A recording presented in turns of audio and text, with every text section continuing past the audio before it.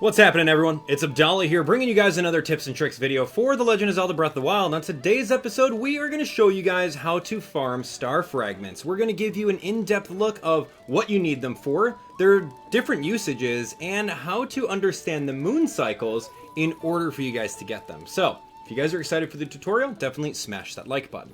Now, with this tutorial, we're not going to do any cuts or edits. It's going to be you and me in real time. So grab your Pro Controller, grab your Joy-Cons, grab your WiiU gamepad, and play along with me. So, first things first is you are going to have to need access to the Dueling Peak Stable and or Ha-Dahammer Shrine and or the Shi Veneer Shrine. Now, all these things are right in the Dueling Peaks and the Dueling Peaks Tower area. Of course, if you're brand new to the game, here's the Shrine of Resurrection. Once you're done with all 4 of these shrines, hop on down, take your way east over into this area, and you could be good to go. Those are the requirements. That's it. That's pretty simple.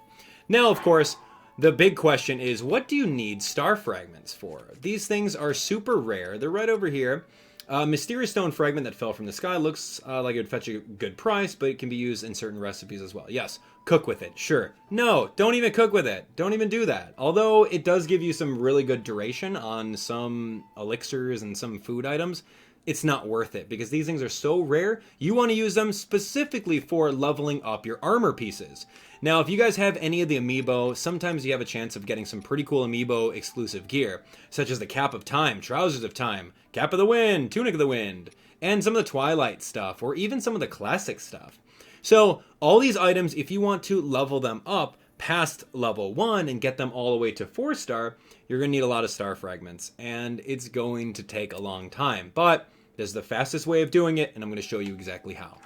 So, here we go. Now that we know what they're for, we know what we need to do, let's go over to the Dueling Peak Stable. We can see we're right over here, and we're going to look for a guy named Hino.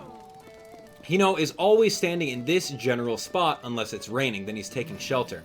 Of course, Hino is a guy that knows everything about the moon, so we're going to ask him, hey, what's up with tonight's moon? What's going to happen? He's going to give us a forecast. Tonight is a crescent moon. That's exactly what he's saying. Now, luckily for you guys, I gave you a little bit of a diagram on all the moon cycles within the game. So here we go. Boom.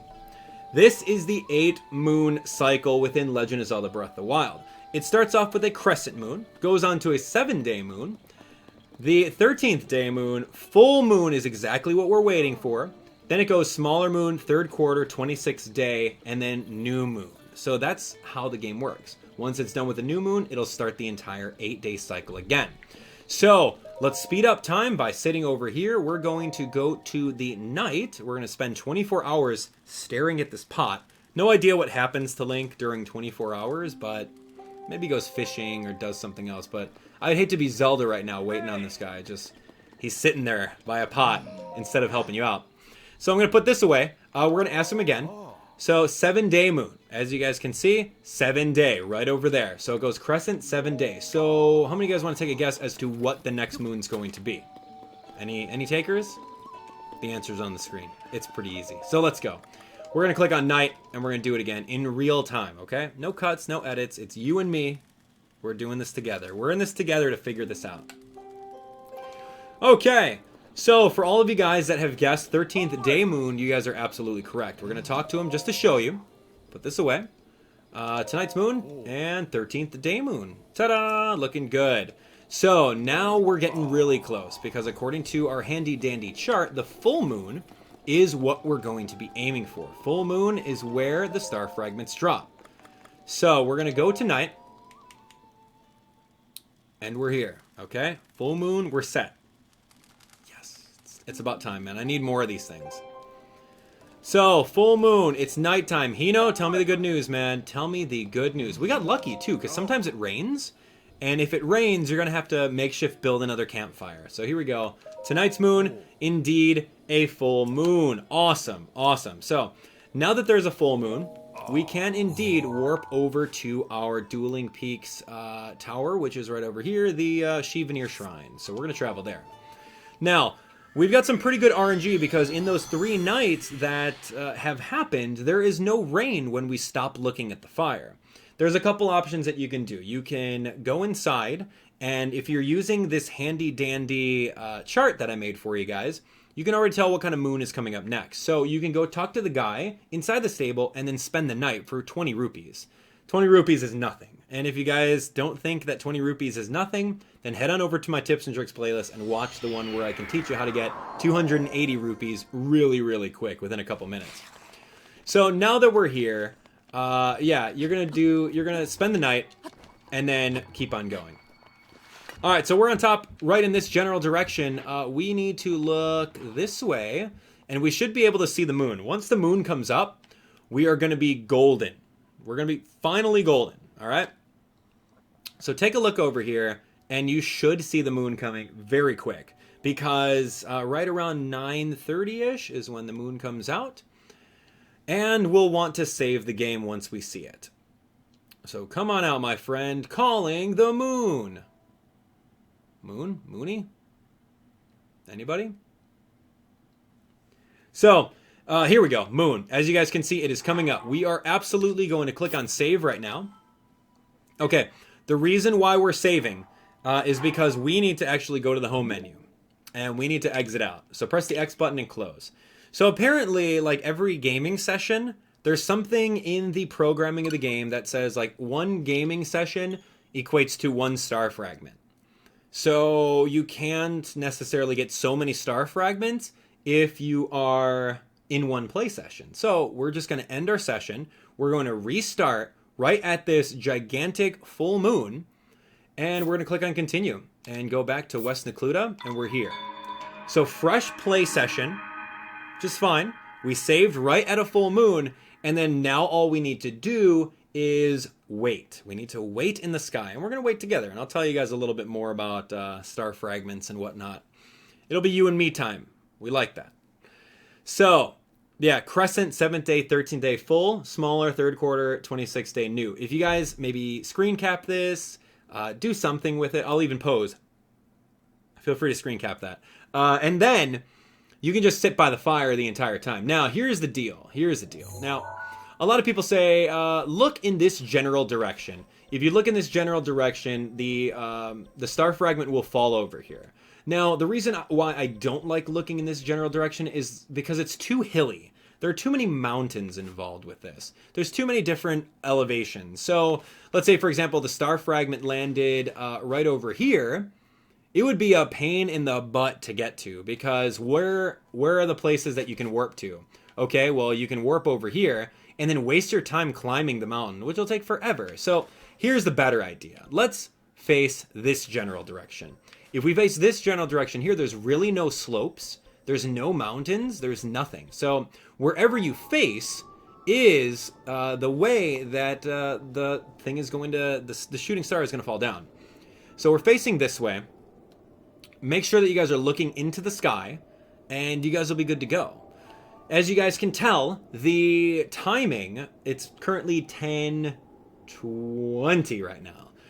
For every second in real life, it counts as a minute, and it only goes by 5-minute period. So a full minute in real life will equate to 1 hour. So we're just going to wait here for a couple of minutes and talk to you guys about how the game works. So that's pretty interesting, because off screen, I've tried and tested out the fact that we were in a stale play session. Like, I did this for the day, and I got 1 star fragment. I went through the whole cycle without even talking to Hino. I had this written down, and I went smaller, 3rd quarter, 26, new, crescent, 7th day, 13. Talked to him to make sure we're at the full, and then warped on over here. And then I noticed that no star fragment came down. And it was pretty bad, because this whole process takes a good, I would say, 7 to 10 minutes, depending on how fast you go with it. And how lucky you are, too. Because any of these star fragments can come down at any given time from, 10 at night to, I don't know, 2:30? 2:50 in the morning? Because the moon stops. The moon goes over the horizon at like around 3 o'clock. So you got to be very careful. So, yeah, I'm looking over here with the horizon kind of split 50-50. A little bit more than 50-50, so we're hoping something comes within the next couple seconds. Now, if you guys are paying attention to the moon cycles, any one of these moon cycles can be overridden by the blood moon, believe it or not. So the blood moon can happen instead of the crescent moon. It can happen instead of the full moon. It really just depends on RNG. Whoa, oh, nice. RNG and play sessions. Oh, there we go, there we go. Boom, we see it. Oh, beautiful. Okay, so now we've pinned it. Oh, this is amazing. See, now there's no mountains to worry about. Okay, so this is kind of on a cliff. So the moment we get near it, it's going to go from its frozen state to actually gaining momentum. So I don't know if it's like on a ledge or on a slope or if it's on a flat plane. But if it's on a ledge, like a slope, and you go near it, it's going to start tumbling. So kind of pay attention to the geography of the mountain and be near it that way. So I want to approach it exactly from the north. This is so wonderful. This worked out so well.